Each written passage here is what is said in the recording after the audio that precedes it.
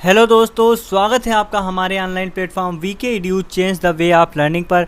एक बार हम आपका फिर से तहे दिल से अपने यूट्यूब चैनल पर स्वागत करते हैं। कहते हैं दोस्तों कि कोई भी लक्ष्य इंसान से बड़ा नहीं होता और हारा वही जो लड़ा नहीं होता। जी हाँ दोस्तों, एक बार फिर से नए मोटिवेशन के साथ, नए जोश के साथ, नए उत्साह के साथ आज के प्रैक्टिस सेट को हम लोग स्टार्ट करते हैं। अगर आपने प्रैक्टिस सेट 1 और 2 अभी तक नहीं देखा है तो वो सेट ज़रूर देखेंगे और ये इसका जो लिंक है आपको डिस्क्रिप्शन बॉक्स में मिल जाएगा। तो चलिए आज के सेशन को हम लोग स्टार्ट करते हैं। जी हाँ दोस्तों, कहते हैं कि अपनी मंजिल को भुला कर जिया भी तो क्या जिया, अपनी मंजिल को भुला कर जिया भी तो क्या जिया, अगर है दम तो उसे पाकर दिखा, लिख दे खून से अपनी कामयाबी की कहानी और बोल उस किस्मत को, अगर है दम तो मिटा कर दिखा, अगर है दम तो मिटा कर दिखा। जी हाँ दोस्तों, आज के सेशन को हम लोग स्टार्ट करते हैं। अगर अभी तक आपने हमारे चैनल को सब्सक्राइब नहीं किया है तो चैनल को सब्सक्राइब करेंगे और साथ ही साथ में बेल आइकन को प्रेस करेंगे, जिससे यूपी TSSC पेड एग्ज़ाम के साथ साथ अन्य सभी एग्ज़ामों की अच्छी तैयारी करने के लिए आपके पास नोटिफिकेशन सबसे पहले मिलेगी, आप तक सबसे पहले हमारी वीडियोस पहुंचेंगी। तो चलिए आज के पहले प्रश्न की ओर हम लोग आगे बढ़ते हैं। हमारा जो पहला प्रश्न है इसे हम लोग ध्यान से देखेंगे कि किस वृक्ष के नीचे रानी माया देवी ने गौतमी को जन्म दिया। फटाफट से इसका आंसर बताएंगे। किस वृक्ष के नीचे रानी माया देवी ने गौतमी को जन्म दिया? ऑप्शन आपके हैं अशोक वृक्ष, आम का वृक्ष, पीपल का वृक्ष या फिर साल का वृक्ष। इसका सही आंसर क्या होगा? सभी दोस्त कमेंट सेक्शन में आंसर बताएंगे। तो किस वृक्ष के नीचे रानी माया देवी ने गौतमी को जन्म दिया? साल वृक्ष के नीचे। ऑप्शन डी आपका एकदम करेक्ट आंसर हो जाएगा। जी हाँ, अगर बात आती है गौतम बुद्ध की, यहाँ पे गौतमी नहीं होगा, गौतम बुद्ध होगा, ध्यान रखेंगे। अगर बात आएगी गौतम बुद्ध की, अगर बात आती है गौतम बुद्ध की, तो गौतम बुद्ध का जन्म जो है कहाँ पर हुआ था बताएंगे? गौतम बुद्ध का जन्म लुम्बिनी में हुआ था, लुम्बिनी कपिलवस्तु में हुआ था, ध्यान रखेंगे, लुम्बिनी कपिलवस्तु। और जो इस समय वर्तमान समय में कहाँ पर है? नेपाल में है। और किस ईस्वी में हुआ था? तो 563 ईसा पूर्व हुआ था, 563 ईसा पूर्व इनका जन्म हुआ था। सभी दोस्त ध्यान रखेंगे। अगर बात करी जाएगी भगवान बुद्ध का बचपन का नाम क्या था, तो इनके बचपन का नाम था सिद्धार्थ, ध्यान रखेंगे। भगवान बुद्ध के बचपन का नाम क्या था? सिद्धार्थ था। और इनके पिता का नाम क्या था? शुद्धोधन, ध्यान रखेंगे। भगवान बुद्ध के पिता का नाम शुद्धोधन, इनकी पत्नी का नाम यशोधरा और इनके एक पुत्र था जिसका नाम था राहुल, ध्यान रखेंगे। अगला जो प्रश्न है उसकी तरफ हम लोग आगे बढ़ते हैं। अगला प्रश्न है अशोक के जीवन की सबसे महत्वपूर्ण घटना कलिंग युद्ध में किस पर विजय प्राप्त की थी? ठीक है, अशोक के जीवन में सबसे महत्वपूर्ण घटना कलिंग आधुनिक युग में किस पर विजय हुई, जो उनके जीवन में एक महत्वपूर्ण परिवर्तन सिद्ध हुआ? कौन सा कलिंग पर बताएंगे आपने किस पर विजय प्राप्त की थी अशोक ने? आपको ये बताना, बिहार, उड़ीसा, झारखंड या फिर असम। सही आंसर क्या होगा कमेंट सेक्शन में बताएंगे। तो अगर बात की जाएगी अशोक के शासनकाल की सबसे महत्वपूर्ण घटना कलिंग का युद्ध जो था ये किस पर विजय थी? उड़ीसा पर विजय थी। ऑप्शन बी आपका एकदम करेक्ट आंसर हो जाएगा। किस पर विजय थी? उड़ीसा पर। अगर कलिंग के युद्ध की बात करी जाएगी तो कलिंग का युद्ध कब हुआ बताएंगे कमेंट सेक्शन में। कलिंग का युद्ध कब हुआ? तो कलिंग के युद्ध की अगर बात करी जाएगी तो कलिंग का युद्ध 261 ईसा पूर्व हुआ।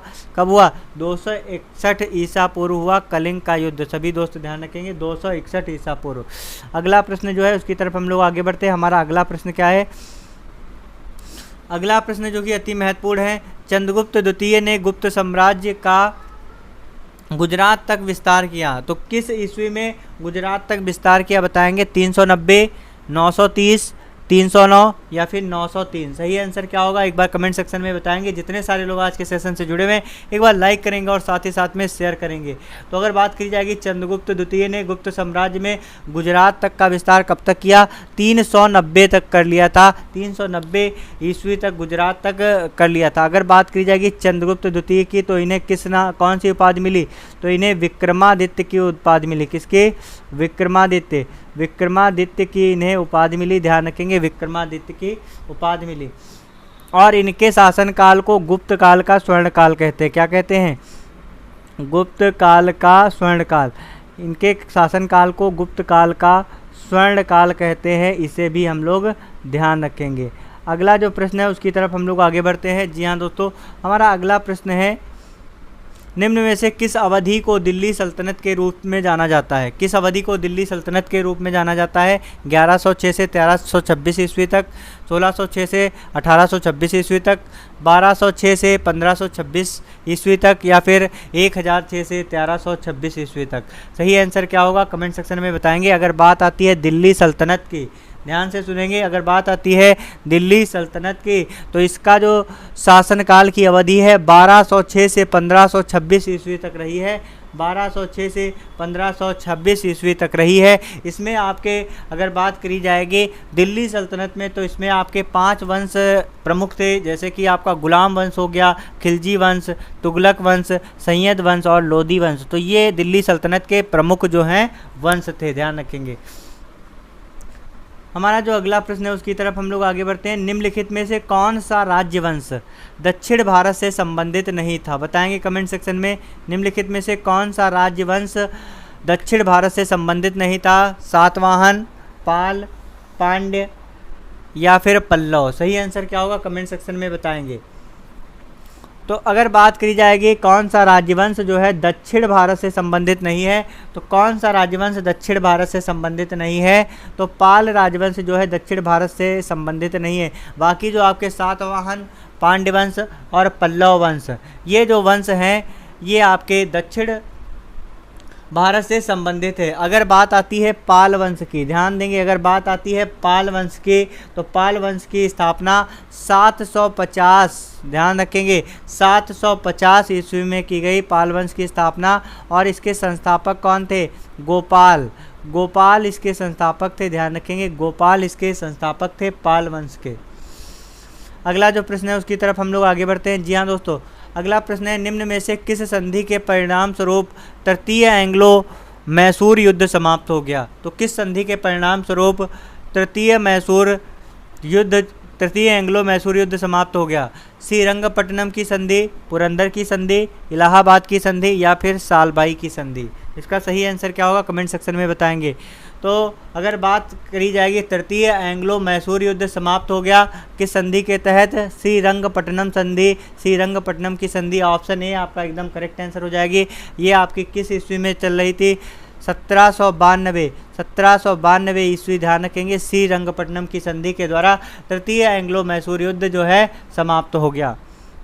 अगला जो प्रश्न है उसकी तरफ हम लोग आगे बढ़ते हैं।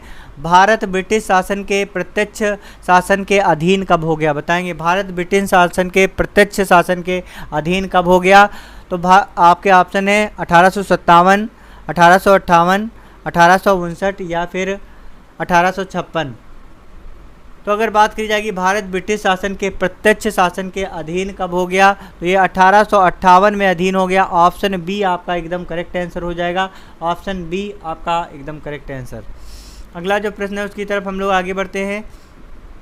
इंग्लैंड की महारानी को, ध्यान से देखेंगे, इंग्लैंड की महारानी को भारत की रानी कब घोषित किया गया? 1877, 1787, 1867 या फिर 1876? सही आंसर क्या होगा एक बार कमेंट सेक्शन में बताएंगे। अगर बात की जाएगी इंग्लैंड की महारानी, तो इंग्लैंड की महारानी का नाम क्या था? विक्टोरिया, ध्यान रखेंगे, विक्टोरिया इनका नाम था महारानी का। और इन्हें भारत की महारानी कब घोषित किया गया? तो इन्हें भारत की महारानी 1876 में घोषित किया गया। कब घोषित किया गया? 1876 में। ऑप्शन डी आपका एकदम करेक्ट आंसर हो जाएगा। अगला जो प्रश्न है उसकी तरफ हम लोग आगे बढ़ते हैं। निम्नलिखित में से कौन सा विद्रोह ब्रिटिश शासकों के द्वारा लगाए गए प्रतिबंधों के विरुद्ध नहीं था? कौन सा विद्रोह ब्रिटिश शासकों के द्वारा लगाए गए प्रतिबंधों के विरुद्ध नहीं था? एक बार कमेंट सेक्शन में बताएंगे। फकीर एवं सन्यासी विद्रोह, इंडिगो विद्रोह या फिर संथाल विद्रोह या फिर नक्सलवाड़ी विद्रोह? तो आपका क्वेश्चन है कौन सा विद्रोह ब्रिटिश शासकों के द्वारा लगाए गए प्रतिबंधों के विरुद्ध नहीं था? इसका सही आंसर आपको कमेंट सेक्शन में बताना है। तो इसका एकदम करेक्ट आंसर क्या होगा बताएंगे। सभी लोग, जितने सारे लोग आज के सेशन से जुड़े हुए हैं, एक बार लाइक करेंगे और साथ ही साथ में शेयर करेंगे। तो नक्सलवाड़ी विद्रोह इसका एकदम करेक्ट आंसर हो जाएगा, नक्सलवाड़ी विद्रोह। अगला जो प्रश्न है उसकी तरफ हम लोग आगे बढ़ते हैं। अगला प्रश्न है, होम लीग के संस्थापक कौन थे? होम रूल लीग के संस्थापक कौन थे? सरोजनी नायडू, एनी बेसेंट, जोसेफ बेप्टिस्टा या फिर मोहम्मद अली जिन्ना। सही आंसर क्या होगा बताएंगे। तो होम रूल लीग आंदोलन के संस्थापक एनी बेसेंट थी। ध्यान रखेंगे, एनी बेसेंट, जी हाँ, ये वही एनी बेसेंट हैं, ये वही एनी बेसेंट है जो कि कांग्रेस की पहली महिला अध्यक्ष हैं। ठीक है, तो अगर पाप से पूछा जाए कांग्रेस की पहली महिला अध्यक्ष कौन थी, तो कांग्रेस की पहली महिला अध्यक्ष एनी बेसेंट थी, एनी बेसेंट थी। और साथ ही साथ होम रूल लीग आंदोलन की स्थापना किसने की? तो होम रूल लीग आंदोलन की स्थापना एनी बेसेंट ने की। और होम रूल लीग, इसका उद्देश्य क्या था? इसका उद्देश्य था स्वराज की प्राप्ति और स्वयं का शासन, स्वयं के नियम, स्वयं का कानून हो, इस तरीके का इसका उद्देश्य था। अगला जो प्रश्न है उसकी तरफ हम लोग आगे बढ़ते हैं। अगला प्रश्न है, सिंधु नदी के पार का क्षेत्र किस ग्रीक भाषा के नाम का अर्थ है? बताएंगे। सिंधु नदी के पार का क्षेत्र किस ग्रीक भाषा के नाम का अर्थ है? जम्मू द्वीप, आर्यावर्त, इंडिया या फिर भारतवर्ष। सही आंसर क्या होगा एक बार कमेंट सेक्शन में बताएंगे। इसका सही आंसर क्या होने वाला है? सिंधु नदी के पार क्षेत्र किस ग्रीक भाषा के नाम का अर्थ है? तो ये जो है इंडिया, इंडिया जो आपका शब्द है ग्रीक भाषा का शब्द है और इसका ग्रीक भाषा का अर्थ क्या है? तो इसका अर्थ होता है सिंधु नदी के पार का क्षेत्र। ध्यान रखेंगे। अगला जो प्रश्न है उसकी तरफ हम लोग आगे बढ़ते हैं। अगला प्रश्न है, भारत के उत्तर में 3 पर्वत क्षेत्रों का दक्षिणी भाग बाहरी हिमालय है, जिसे क्या कहते हैं? कंचनजंगा, शिवालिक रेंज या फिर ग्रेट हिमालय। सही आंसर क्या होगा कमेंट सेक्शन में बताएंगे। तो अगर बात करी जाएगी, भारत के उत्तर में 3 पर्वत क्षेत्रों का दक्षिणी भाग बाहरी हिमालय है और जिसे क्या कहते हैं? तो उसे शिवालिक रेंज कहते हैं। क्या कहते हैं? शिवालिक रेंज कहते हैं। ध्यान रखेंगे। अगर बात आती है शिवालिक रेंज की, तो शिवालिक रेंज जो है इसे लघु पर्वतमाला भी कहते हैं। क्या कहते हैं? लघु पर्वतमाला। और इसकी ऊंचाई लगभग 850, ध्यान रखेंगे, 850 से 1200 मीटर है। कितनी है? 850 से 1200 मीटर है। अगला प्रश्न क्या है उसकी तरफ हम लोग आगे बढ़ते हैं। अगला प्रश्न है, हिमाचल प्रदेश की दूसरी राजधानी क्या है? बताएंगे। हिमाचल प्रदेश की दूसरी राजधानी क्या है? तो हिमाचल प्रदेश की दूसरी राजधानी सोलन, धर्मशाला, चंबा या फिर मंडी। सही आंसर है धर्मशाला। ऑप्शन बी आपका एकदम करेक्ट आंसर हो जाएगा। अगर हिमाचल प्रदेश की बात आती है तो हिमाचल प्रदेश को क्या कहते हैं? देवभूमि। क्या कहते हैं? देवभूमि। हिमाचल प्रदेश को क्या कहते हैं? देवभूमि। और इसकी धर्मशाला अगर बात करी जाएगी तो धर्मशाला इसके शीतकालीन राजधानी है। कैसी राजधानी है? शीतकालीन राजधानी है। लेकिन अगर आपसे पूछा जाएगा कि हिमाचल प्रदेश की राजधानी क्या है, तो इसकी राजधानी क्या है? शिमला। शिमला इसकी राजधानी है, प्रमुख राजधानी शिमला है। लेकिन आपका दूसरी राजधानी कौन सी है? तो दूसरी शीतकालीन राजधानी है धर्मशाला। ध्यान रखेंगे। अगला प्रश्न क्या है उसकी तरफ हम लोग आगे बढ़ते हैं। जापान की सहायता से निर्मित पैथन जायकवाड़ी जल विद्युत परियोजना किस नदी पर है? तो जायकवाड़ी पैथन जल विद्युत परियोजना की अगर बात करी जाएगी तो ये किस नदी पर है? तो ये गोदावरी नदी पर है। ऑप्शन डी आपका एकदम करेक्ट आंसर हो जाएगा, गोदावरी नदी। बात जब आती है गोदावरी नदी की तो इसे क्या कहते हैं? वृद्ध गंगा। तो वृद्ध गंगा नदी के नाम से जानी जाती है गोदावरी नदी। इसे हम लोग ध्यान रखेंगे। वृद्ध गंगा के नाम से जानी जाती है गोदावरी नदी। अगला जो प्रश्न है उसकी तरफ हम लोग आगे बढ़ते हैं। अगला प्रश्न है, उपजाऊ गंगा का मैदान समृद्ध किस मिट्टी से बना हुआ है? उपजाऊ गंगा का मैदान समृद्ध किस मिट्टी से बना हुआ है? तो उपजाऊ गंगा का समृद्ध जो मैदान है कछारी मिट्टी से बना हुआ है। ऑप्शन सी आपका एकदम करेक्ट आंसर हो जाएगा, कछारी मिट्टी से बना हुआ है उपजाऊ गंगा का समृद्ध मैदान। अगला प्रश्न क्या है उसकी तरफ हम लोग आगे बढ़ते हैं। अगला प्रश्न है, भारत की स्टैंड अप योजना का उद्देश्य क्या है? बताएंगे। भारत की स्टैंड अप योजना का उद्देश्य क्या है?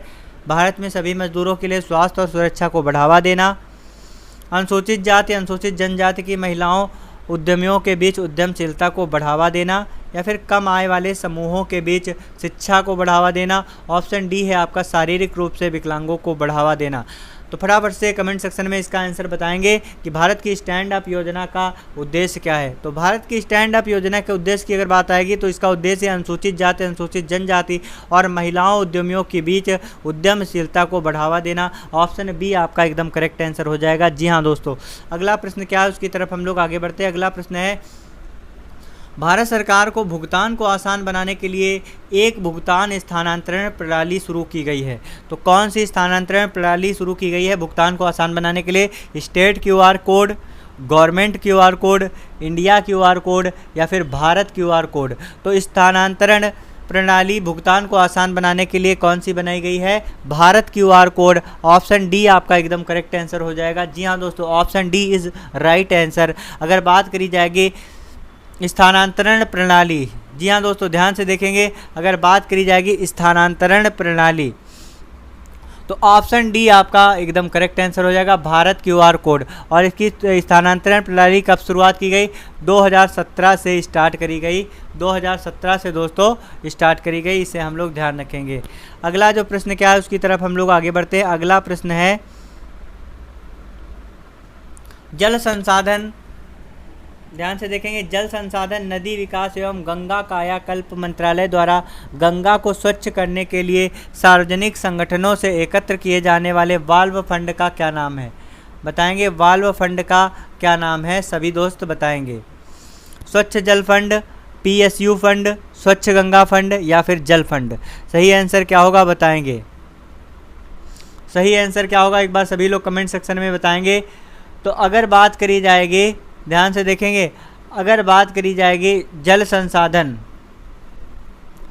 नदी विकास एवं गंगा कायाकल्प मंत्रालय द्वारा जो आपका सार्वजनिक संगठनों के लिए गंगा को स्वच्छ करने के लिए वाल्व फंड का नाम क्या दिया गया?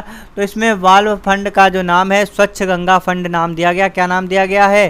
तो ध्यान से देखेंगे क्या नाम दिया गया है? स्वच्छ गंगा फंड। ऑप्शन सी आपका एकदम करेक्ट आंसर हो जाएगा। अगला प्रश्न क्या है उसकी तरफ हम लोग आगे बढ़ते हैं। जी हाँ दोस्तों, अगला प्रश्न है, भारतीय खाद्य सुरक्षा मानक प्राधिकरण का मुख्यालय कहाँ पर है? बताएंगे। भारतीय खाद्य सुरक्षा एवं मानक प्राधिकरण का मुख्यालय कहाँ पर है? हैदराबाद, मुंबई, नई दिल्ली या फिर चेन्नई। सही आंसर क्या होगा बताएंगे। तो भारतीय खाद्य सुरक्षा एवं मानक प्राधिकरण का मुख्यालय कहाँ पर है? तो इसका मुख्यालय की अगर बात करी जाएगी तो नई दिल्ली में इसका मुख्यालय है। ऑप्शन सी आपका एकदम करेक्ट आंसर हो जाएगा, नई दिल्ली। अगला प्रश्न क्या है उसकी तरफ हम लोग आगे बढ़ते हैं। अगला प्रश्न है, एक राष्ट्र एक कर और एक बाजार का सिद्धांत किसे माना गया है? एक बार फिर से सुनेंगे, एक राष्ट्र एक कर और एक बाजार का सिद्धांत किसे माना गया था? विमुद्रीकरण, वस्तु एवं सेवा कर, ATM कार्ड, रक्षा कर्मियों का वेतन। सही आंसर क्या होगा कमेंट सेक्शन में बताएंगे। जितने सारे दोस्त आज के सेशन से जुड़े हुए हैं एक बार लाइक करेंगे और साथ ही साथ में अपने सभी दोस्तों के साथ में शेयर करेंगे। तो अगर बात करी जाएगी एक राष्ट्र एक कर और एक बाजार सिद्धांत, तो यह किसका सिद्धांत है? वस्तु एवं सेवा कर। ऑप्शन बी आपका एकदम करेक्ट आंसर हो जाएगा, वस्तु एवं सेवा कर, जिसे हम GST के नाम से जानते हैं, good and service tax GST के नाम से जानते हैं। अगर बात करी जाएगी GST की तो इसकी स्थापना कब हुई? 1 जुलाई 2017। ध्यान रखेंगे 1 जुलाई 2017 से आपकी GST जो है स्टार्ट हुई। अगला प्रश्न क्या है उसकी तरफ हम लोग आगे बढ़ते हैं। अगला प्रश्न है, ई गवर्नेंस क्या है? बताएंगे। ई गवर्नेंस क्या है? प्रौद्योगिकी संचालित शासन, मानव संचालित शासन, व्यवस्थित शासन या फिर प्रभावी प्रशासनिक शासन। सही आंसर क्या होगा कमेंट सेक्शन में बताएंगे।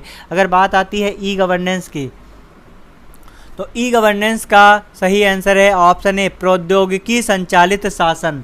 ई गवर्नेंस का तात्पर्य क्या होता है? तो ई गवर्नेंस का तात्पर्य ध्यान से सुनेंगे, इसका तात्पर्य होता है जो सभी सरकारी कार्य जो ऑनलाइन सर्विसेज होती हैं तो इसको आसानी से जनता तक पहुंचा देना ही इसका मुख्य उद्देश्य है। ध्यान रखेंगे, और जिसके कारण जो आपके नागरिक हैं, जो आम आदमी है, इसे बार बार तक ऑफिस में या फिर दफ्तर में बार बार उसे जाना नहीं पड़ेगा। तो इसलिए उस प्रोसेस को आसान बनाने के लिए ई गवर्नेंस स्टार्ट किया गया।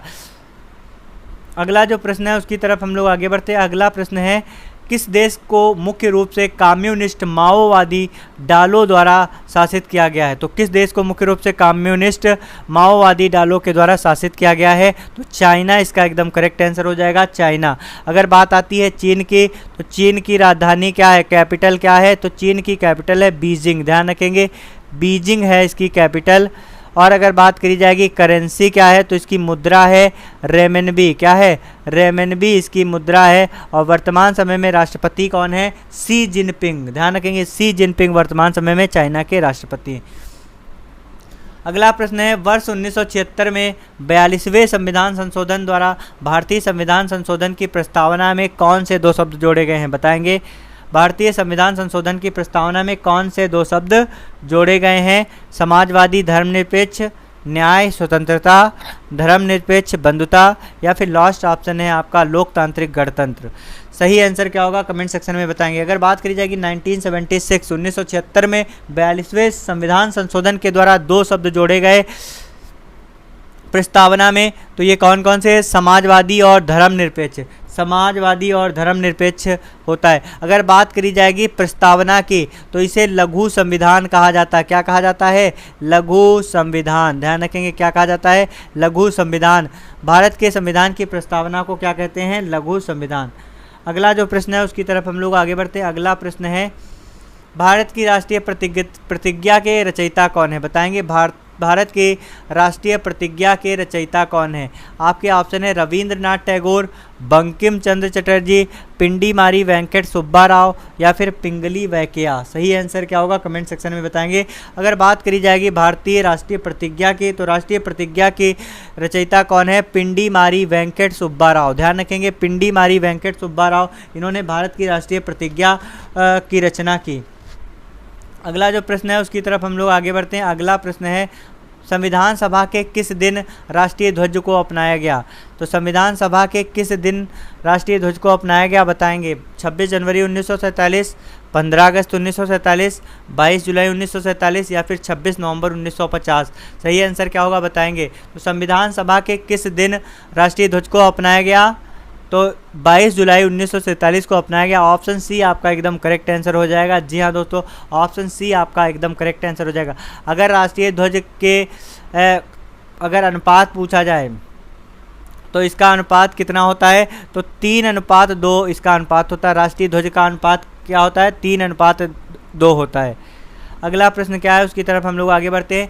वायु की गति को मापने के लिए किस यंत्र का प्रयोग किया जाता है? बताएंगे। वायु की गति को मापने के लिए किस यंत्र का प्रयोग किया जाता है? ओडोमीटर, स्पीडोमीटर, एनीमोमीटर, या फिर बैरोमीटर। सही आंसर क्या होगा बताएंगे। तो वायु की गति को मापने के लिए एनीमोमीटर का प्रयोग किया जाता है। ऑप्शन सी आपका एकदम करेक्ट आंसर हो जाएगा।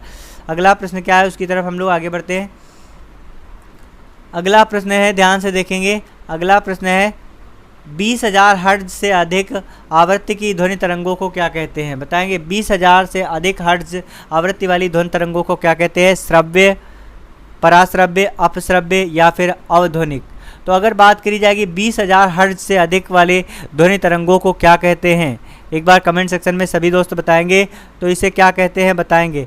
तो इसे कहते हैं पराश्रव्य तरंगे। क्या कहते हैं? पराश्रव्य तरंगे। 20,000 से अधिक हर्ट्ज आवृत्ति वाली तरंगों को क्या कहते हैं? पराश्रव्य तरंगे। और इन तरंगों को कौन सुन सकता है? तो इन तरंगों को कुत्ते और बिल्ली सुन सकते हैं। अगला जो प्रश्न है उसे हम लोग देखते हैं। वनस्पति तेल का हाइड्रोजनीकरण में प्रयुक्त उत्प्रेरक क्या है? वनस्पति तेल में हाइड्रोजनीकरण में प्रयुक्त उत्प्रेरक है कौन सा है? पीडी, पीबी, एनआई, या फिर सीयू। सही आंसर क्या होगा बताएंगे। तो वनस्पति तेल के हाइड्रोजनीकरण में प्रयुक्त होता है निकेल। ऑप्शन सी आपका एकदम करेक्ट आंसर हो जाएगा, एनआई। और ये जो उत्प्रेरक के रूप में कार्य करता है, किस रूप में कार्य करता है? ये आपका उत्प्रेरक के रूप में कार्य करता है, इसे ध्यान रखेंगे। अगला प्रश्न क्या है उसकी तरफ हम लोग आगे बढ़ते हैं। एक लिंगी पुष्प के लिए निम्नलिखित में से एक उदाहरण है। तो एक लिंगी पुष्प के लिए निम्नलिखित में से कौन सा उदाहरण है बताएंगे। पपीता, गुड़हल, मटर, या फिर सरसों। सही आंसर क्या होगा कमेंट सेक्शन में बताएंगे।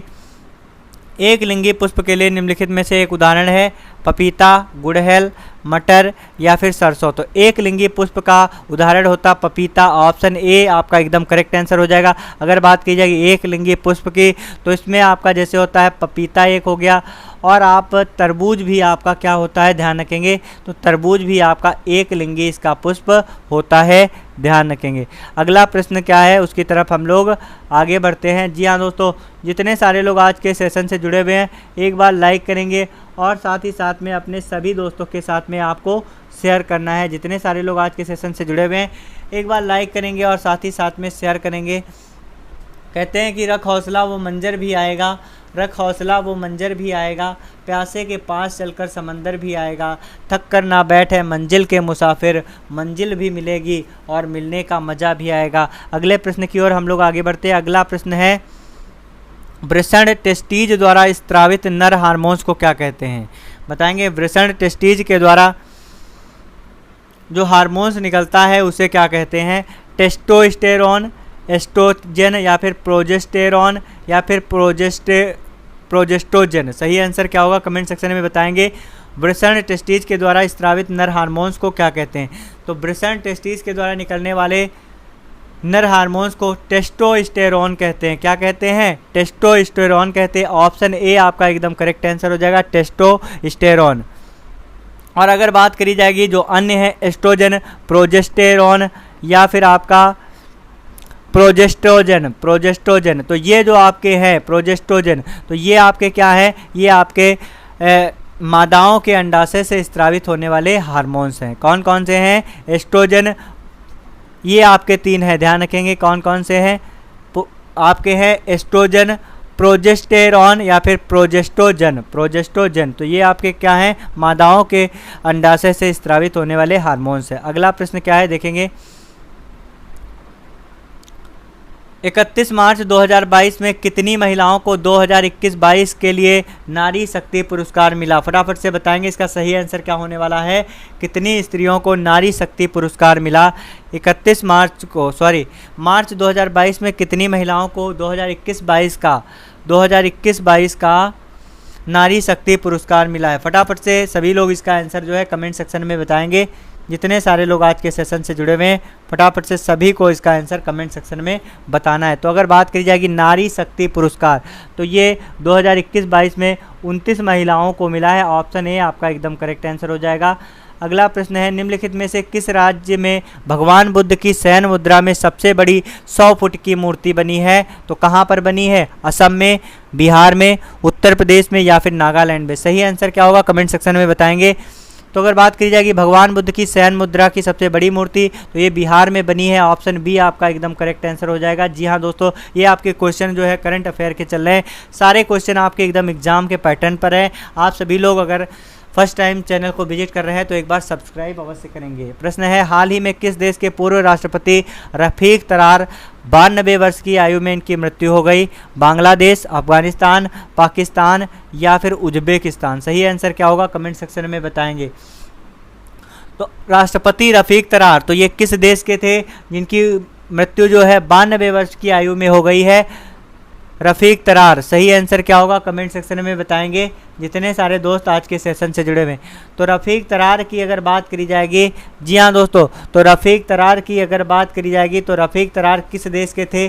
फटाफट से कमेंट सेक्शन में बताएंगे जितने सारे दोस्त आज के सेशन से जुड़े हुए हैं। एक बार लाइक करेंगे फटाफट से और साथ ही साथ में शेयर करेंगे। तो रफीक तरार जो है पूर्व राष्ट्रपति थे पाकिस्तान के। ऑप्शन सी आपका एकदम करेक्ट आंसर हो जाएगा।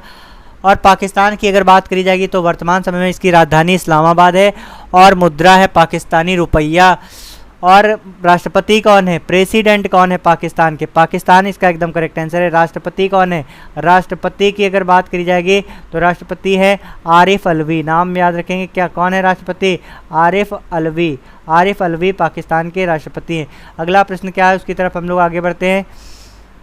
अगला प्रश्न है, मार्च 2022 में किस राज्य सरकार ने भारत के ई वेस्ट इको पार्क बनाने की घोषणा की है? तो मार्च 2022 में किस राज्य सरकार ने भारत के ई वेस्ट इको पार्क बनाने की घोषणा की है? पंजाब, हरियाणा, दिल्ली या फिर मध्य प्रदेश? सही आंसर क्या होगा कमेंट सेक्शन में बताएंगे।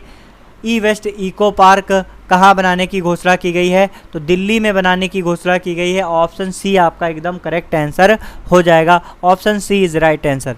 अगला प्रश्न क्या है उसकी तरफ हम लोग आगे बढ़ते हैं। अगला प्रश्न है, हाल ही में कौन बोर्ड्समान पदक से सम्मानित होने वाले पहले भारतीय बने हैं? बताएंगे। हाल ही में कौन बोर्ड्समान पदक से सम्मानित होने वाले पहले भारतीय बने हैं? प्रोफेसर रमन सिंह, प्रोफेसर अशोक मेहरा या फिर प्रोफेसर दीपक धर या फिर प्रोफेसर प्रशांत कमल? सही आंसर क्या होगा कमेंट सेक्शन में बताएंगे। अगर बात करी जाएगी बोर्ड्समान पदक से सम्मानित होने वाले पहले भारतीय कौन बने हैं? प्रोफेसर दीपक धर। ऑप्शन सी आपका एकदम करेक्ट आंसर हो जाएगा। अगला प्रश्न क्या है उसकी तरफ हम लोग आगे बढ़ते हैं। शिक्षा मंत्रालय द्वारा सांस्कृतिक विविधता को बढ़ाने के लिए हाल ही में कौन सा अभियान स्टार्ट किया गया है? बताएंगे हाल ही में कौन सा अभियान स्टार्ट किया गया है? सभी दोस्त इसका आंसर बताएंगे। सभी दोस्त इसका आंसर बताएंगे कि शिक्षा मंत्रालय द्वारा सांस्कृतिक विविधता को बढ़ाने के लिए हाल ही में कौन सा अभियान शुरू किया गया है? कौन सा अभियान स्टार्ट किया गया है? भाषा सर्टिफिकेट सेल्फी, ध्यान से देखेंगे, भाषा सर्टिफिकेट सेल्फी, या फिर आपका भाषा सेंटर रिसोल्यूशन, या फिर कल्चर सर्टिफिकेट पावर, या फिर कल्चरल सेंटर भारत। सही आंसर क्या होगा कमेंट सेक्शन में बताएंगे। तो इसका एकदम करेक्ट आंसर क्या होगा सभी को कमेंट सेक्शन में छाप देना है, जितने सारे दोस्त आज के सेशन से जुड़े हुए हैं। अगर बात करी जाएगी शिक्षा मंत्रालय द्वारा सांस्कृतिक विविधता को बढ़ाने के लिए हाल ही में कौन सा अभियान शुरू किया गया है? तो भाषा सर्टिफिकेट सेल्फी, ऑप्शन ए आपका एकदम करेक्ट आंसर हो जाएगा। अगला प्रश्न क्या है उसकी तरफ हम लोग आगे बढ़ते हैं। अगला प्रश्न है प्रतिवर्ष राष्ट्रीय विज्ञान दिवस कब मनाया जाता है? बताएंगे फटाफट से। प्रतिवर्ष राष्ट्रीय विज्ञान दिवस कब मनाया जाता है? 2022 में राष्ट्रीय विज्ञान दिवस कब मनाया गया? जितने सारे दोस्त आज के सेशन से जुड़े हुए हैं एक बार लाइक करेंगे और साथ ही साथ में शेयर करेंगे। बात आती है राष्ट्रीय विज्ञान दिवस की, तो राष्ट्रीय विज्ञान दिवस कब मनाया जाता है? 28 फरवरी को मनाया जाता है। 28 फरवरी को ही क्यों मनाया जाता है? तो 28 फरवरी, ध्यान रखेंगे, 28 फरवरी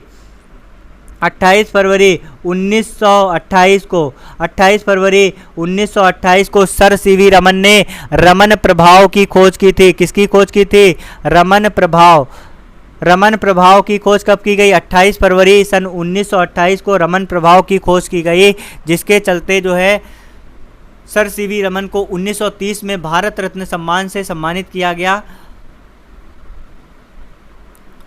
सबसे पहले इन्हें भारत रत्न सम्मान से 1952 में सम्मानित किया गया था, इसे ध्यान रखेंगे। 1930 में इन्हें नोबेल पुरस्कार से सम्मानित किया गया था, ठीक है। 1928 में आपका 28 फरवरी 1928 में इन्होंने रमन प्रभाव के लिए इन्हें जो है नोबेल पुरस्कार दिया गया था। तो इसीलिए 28 फरवरी को कौन सा दिवस मनाया जाता है? राष्ट्रीय विज्ञान दिवस मनाया जाता है। और 1930 में इन्हें मिला था क्या? भारत रत्न। इन्हें 1952 में भारत रत्न मिला था, 1952 में भारत रत्न सम्मान मिला, और साथ ही साथ में 1930 में अगर बात करी जाएगी तो नोबेल पुरस्कार मिला। अगला प्रश्न क्या है उसकी तरफ आगे बढ़ते हैं। हाल ही में भारत के किस राज्य में एल्कोहलिक म्यूजियम खुला है? बताएंगे भारत के किस राज्य में एल्कोहलिक म्यूजियम खुला है? फटाफट से सभी लोग बताएंगे। राजस्थान, असम, गोवा या फिर चाइना? तो हाल ही में भारत के गोवा राज्य में, किस राज्य में? गोवा राज्य में एल्कोहलिक म्यूजियम खुला है, ध्यान रखेंगे। अगला प्रश्न क्या है उसकी तरफ हम लोग आगे बढ़ते हैं। अगला प्रश्न है केंद्र सरकार के द्वारा की गई घोषणा के अनुसार भारत के बाहर किस देश में पहला IIT संस्थान खोला गया? बताएंगे केंद्र सरकार द्वारा की गई घोषणा के अनुसार भारत के बाहर किस देश में पहला IIT संस्थान खोला गया? श्रीलंका, नेपाल, UAE या फिर चाइना? सही आंसर क्या होगा फटाफट से सभी लोग इसका आंसर बताएंगे। तो भारत के बाहर IIT संस्थान कहाँ पर खोला गया? संयुक्त अरब अमीरात। ऑप्शन सी आपका एकदम करेक्ट आंसर हो जाएगा। संयुक्त अरब अमीरात, इसकी राजधानी क्या है? Abu Dhabi. क्या है? अबू धाबी इसकी राजधानी है, अबू धाबी इसकी राजधानी है। अगला प्रश्न क्या है फटाफट से आगे बढ़ते हैं। अगला प्रश्न है निम्नलिखित में से किसे दादा साहब फाल्के अंतर्राष्ट्रीय फिल्म पुरस्कार 2022 में फिल्म ऑफ द ईयर के लिए चुना गया? तो किस फिल्म को फिल्म ऑफ द ईयर के लिए चुना गया था? अतरंगी रे, पुष्पा द राइज, सत्यमेव जयते या फिर पगलेट? सही आंसर क्या होगा कमेंट सेक्शन में बताएंगे। तो अभी हाल ही में दादा साहब फाल्के अंतर्राष्ट्रीय फिल्म पुरस्कार 2022 के लिए फिल्म ऑफ द ईयर के लिए पुष्पा, जी हाँ पुष्पा, झुकेगा नहीं रे, झुकेगा नहीं, तो पुष्पा द राइज, तो पुष्पा द राइज को फिल्म ऑफ द ईयर 2022 के लिए चुना गया था। अगला जो प्रश्न है उसकी तरफ हम लोग आगे बढ़ते हैं। अगला प्रश्न है रामानंद सागर की रामायण में सीता जी की भूमिका किसने निभाई थी? बताएंगे फटाफट से। रामानंद जी की रामायण में सीता जी की भूमिका किसके द्वारा निभाई गई? तो इनकी भूमिका दीपिका चिखलिया के द्वारा निभाई गई। ऑप्शन ए आपका एकदम करेक्ट आंसर हो जाएगा, दीपिका चिखलिया। क्या हो जाएगा? दीपिका चिखलिया आपका एकदम करेक्ट आंसर हो जाएगा। अगला जो प्रश्न है उसकी तरफ हम लोग आगे बढ़ते हैं। जी हाँ दोस्तों, अगला प्रश्न क्या है? अगला प्रश्न है भारत में किस वर्ष विश्व स्वास्थ्य संगठन के द्वारा पोलियोग्रस्त देशों की सूची से निकाल दिया गया। तो भारत जो है पोलियो रोग से मुक्त देश घोषित किया गया है WHO के द्वारा। तो इसे किस वर्ष जो है पोलियोग्रस्त देशों की सूची से निकाला गया, फटाफट से बताएंगे। वर्ष 2012 में, वर्ष 2000 में, वर्ष 2014 में, या फिर वर्ष सन 2008 में। सही आंसर क्या होगा कमेंट सेक्शन में बताएंगे। तो भारत को WHO के द्वारा पोलियोग्रस्त देशों की सूची से निकाल दिया गया। तो इसे कब निकाला गया, तो इसे वर्ष 2012 में निकाला गया दोस्तों। कब निकाला गया, वर्ष 2012 में निकाला गया। ऑप्शन ए आपका एकदम करेक्ट आंसर हो जाएगा।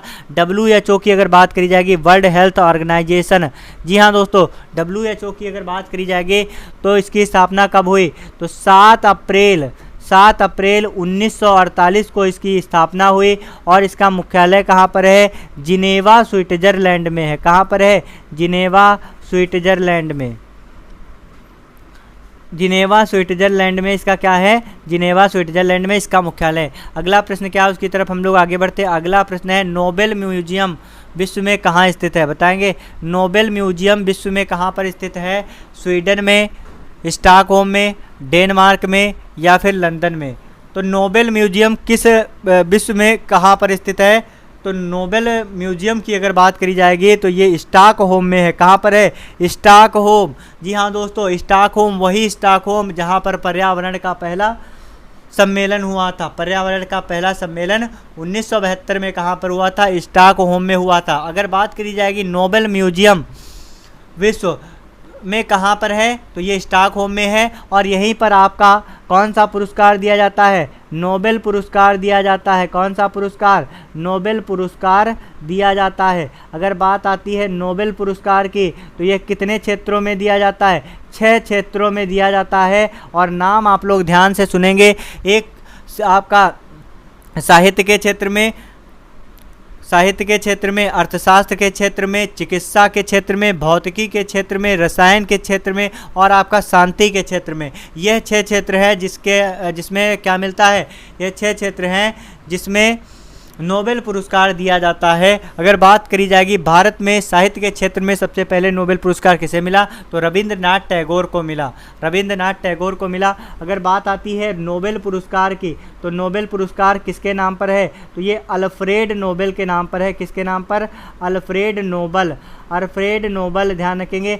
अल्फ्रेड नोबल एक वैज्ञानिक थे जिन्होंने किसकी खोज की, डायनामाइट। नाम याद रखेंगे, डायनामाइट। डायनामाइट की खोज किसने की, तो डायनामाइट की खोज अल्फ्रेड नोबेल के द्वारा की गई। ये एक वैज्ञानिक थे। अगला जो प्रश्न है उसकी तरफ हम लोग आगे बढ़ते हैं। अगला प्रश्न है पवित्र शहर मक्का कहाँ स्थित है, बताएंगे। पवित्र शहर मक्का कहाँ पर स्थित है, UAE, सऊदी अरब, या फिर कतर, या फिर अबू धाबी। सही आंसर क्या होगा कमेंट सेक्शन में बताएंगे। तो पवित्र शहर मक्का कहाँ पर स्थित है, तो ये UAE, ये आपका सऊदी अरब में स्थित है। ध्यान देंगे कहाँ पर स्थित है, सऊदी अरब में स्थित है। ऑप्शन बी आपका एकदम करेक्ट आंसर हो जाएगा। ऑप्शन बी आपका एकदम करेक्ट आंसर हो जाएगा। अगला प्रश्न देखेंगे। अगला प्रश्न क्या है, Indira Gandhi memorial tulip garden कहाँ पर है, बताएंगे। Indira Gandhi memorial tulip garden कहाँ पर है, चंडीगढ़ में, मैसूर में, श्रीनगर में, या फिर दार्जिलिंग में। कहाँ पर है कमेंट सेक्शन में बताएंगे। Indira Gandhi memorial tulip garden कहाँ पर है, तो बात करी जाएगी Indira Gandhi memorial tulip garden की तो ये कहाँ पर है, श्रीनगर में है दोस्तों। ऑप्शन सी आपका एकदम करेक्ट आंसर हो जाएगा, श्रीनगर। जी हाँ दोस्तों, श्रीनगर में इंदिरा गांधी ट्यूलिप गार्डन है। कहाँ पर है, श्रीनगर में है। और श्रीनगर आपकी कहाँ की राजधानी है, तो श्रीनगर जम्मू कश्मीर की राजधानी है। कहाँ की राजधानी है, जम्मू कश्मीर की राजधानी है। और जम्मू कश्मीर की अगर बात करी जाएगी तो जम्मू कश्मीर आपका क्या है, वर्तमान समय में एक यूटी है, केंद्र शासित प्रदेश है। इसे हम लोग ध्यान रखेंगे। अगला जो प्रश्न है उसकी तरफ हम लोग आगे बढ़ते हैं। अगला प्रश्न है, निम्नलिखित में से किसने रामेश्वरम में डॉक्टर APJ अब्दुल कलाम स्मारक का उद्घाटन किया है। तो डॉक्टर APJ अब्दुल कलाम स्मारक का उद्घाटन रामेश्वरम में किसके द्वारा किया गया, के पलानी स्वामी, नरेंद्र मोदी, ओ पन्नीर सेल्वम, या फिर प्रणब मुखर्जी। सही आंसर क्या होगा कमेंट सेक्शन में बताएंगे। तो अगर बात करी जाएगी रामेश्वरम में डॉक्टर APJ अब्दुल कलाम स्मारक का उद्घाटन किसके द्वारा किया गया? नरेंद्र मोदी के द्वारा किया गया। ऑप्शन बी आपका एकदम करेक्ट आंसर हो जाएगा। नरेंद्र मोदी जो कि वर्तमान समय में भारत के प्रधानमंत्री हैं, इन्होंने कब किया? तो ध्यान रखेंगे 27 जुलाई सन 2017, 27 जुलाई सन 2017 को इन्होंने एपीजे अब्दुल कलाम इसका स्मारक का उद्घाटन रामेश्वरम तमिलनाडु में किया। रामेश्वरम तमिलनाडु में किया। अगला जो प्रश्न है उसकी तरफ हम लोग आगे बढ़ते हैं। अगला प्रश्न है स्पुतनिक। ध्यान रखें, स्पुतनिक फर्स्ट निम्न देशों में से किसके द्वारा प्रक्षेपित किया गया? स्पुतनिक फर्स्ट निम्नलिखित में से किसके द्वारा प्रक्षेपित किया गया? अमेरिका, यूके, सोवियत संघ या फिर फ्रांस? सही आंसर क्या होगा कमेंट सेक्शन में बताएंगे। अगर बात करी जाएगी स्पुतनिक फर्स्ट, तो स्पुतनिक फर्स्ट ये किसके द्वारा जो है प्रक्षेपित किया गया? तो ये सोवियत संघ के द्वारा प्रक्षेपित किया गया। ऑप्शन सी आपका एकदम करेक्ट आंसर हो जाएगा। ऑप्शन सी आपका सही आंसर हो जाएगा। और ये आपका जो है अंतरिक्ष में विमोचित किया गया पहला उपग्रह था। ठीक है, स्पुतनिक फर्स्ट क्या था?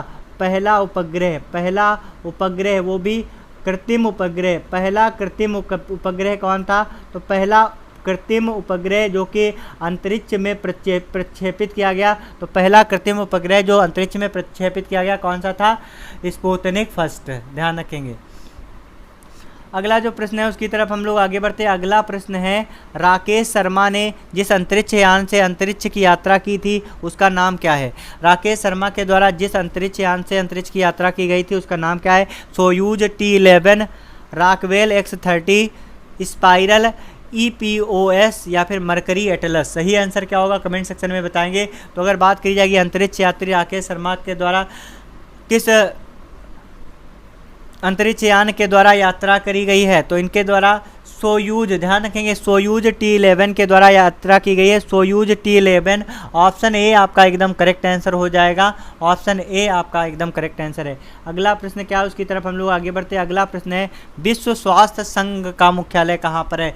विश्व स्वास्थ्य संघ का मुख्यालय कहाँ पर है? विश्व स्वास्थ्य संगठन की अगर बात करी जाएगी तो अभी मैंने इसको आप थोड़ी देर पहले बताया था, WHO वर्ल्ड हेल्थ ऑर्गेनाइजेशन, इसकी स्थापना कब हुई? तो इसकी स्थापना 7 अप्रैल, ध्यान रखेंगे, 7 अप्रैल 1948 को इसकी स्थापना हुई।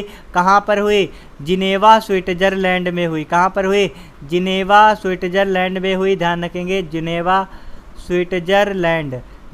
स्विट्जरलैंड में इसकी स्थापना हुई। वर्तमान समय में डॉक्टर टेड्रोस इसके प्रमुख हैं। वर्तमान समय में डॉक्टर टेड्रोस इसके प्रमुख हैं। ध्यान रखेंगे। तो स्विट्जरलैंड आपका एकदम करेक्ट आंसर हो जाएगा। Option B is right answer. Switzerland आपका एकदम करेक्ट आंसर है। अगला है क्वेश्चन, ध्यान से देखेंगे दोस्तों, CV रमन के बारे में कौन सा कथन असत्य है? बताएंगे। आज के सेशन का लास्ट क्वेश्चन, CV रमन के बारे में कौन सा कथन असत्य है? इन्हें वर्ष 1954 में भारत रत्न से सम्मानित किया गया। ये आपका गलत आंसर है, क्योंकि इन्हें कब भारत रत्न से सम्मानित किया गया? सॉरी, इन्हें 1954 में ही भारत रत्न से सम्मानित किया गया था। इनको वर्ष 1930 में नोबेल पुरस्कार मिला। एकदम करेक्ट आंसर है। इन्हें वर्ष 1930 में कौन सा पुरस्कार मिला? नोबेल पुरस्कार दिया गया। इनका जन्म कब हुआ? तो इनका जन्म 1988 में तमिलनाडु में हुआ। या फिर आपका इन्हें वर्ष 1987 में नाइटहुड की उपाधि दी गई। तो यही आपका एकदम गलत है। इन्हें 1987 में नाइटहुड की उपाधि नहीं दी गई थी। नाइटहुड की उपाधि इन्हें नहीं मिली। तो सर CV रमन के बारे में तीसरा कथन आपका सत्य है, इसे ध्यान रखेंगे। अगर बात करी जाएगी सर CV रमन की, तो इन्होंने रमन प्रभाव की खोज की। और इनका जन्म कब हुआ? तो इनका जन्म 7 नवंबर 1888 में तमिलनाडु में हुआ था। और इन्होंने 28 फरवरी सन 1928 में रमन प्रभाव की खोज की। इसीलिए 28 फरवरी को राष्ट्रीय विज्ञान दिवस मनाया जाता है। साथ ही साथ में 1930 में इन्हें भौतिकी विज्ञान का नोबेल पुरस्कार प्राप्त हुआ। और 1954 में इन्हें भारत रत्न पुरस्कार से अलंकृत किया गया था। तो आज का सेशन यहीं तक था। आप लोग लास्ट तक बने रहे उसके लिए बहुत बहुत धन्यवाद। और प्रतिदिन हमारी क्लास को देखने के लिए रात में 8 बजे जुड़ना बिल्कुल भी ना भूलें। रात में 8 बजे प्रतिदिन आप हमारे सेशन में ज़रूर जुड़ेंगे। रात 8 बजे अवश्य जुड़ेंगे। और लास्ट में बस यही कहना चाहते हैं कि अपनी मंजिल को भुलाकर जिया भी तो क्या जिया। जी हाँ दोस्तों, अपनी मंजिल को भुलाकर जिया भी तो क्या जिया, अगर है दम तो उसे पाकर दिखा, लिख दे खून से अपने कामयाबी की कहानी को, और बोल दे उस किस्मत को, अगर है दम तो मिटा कर दिखा। दोस्तों आप लोग लास्ट तक बने रहे उसके लिए बहुत बहुत धन्यवाद।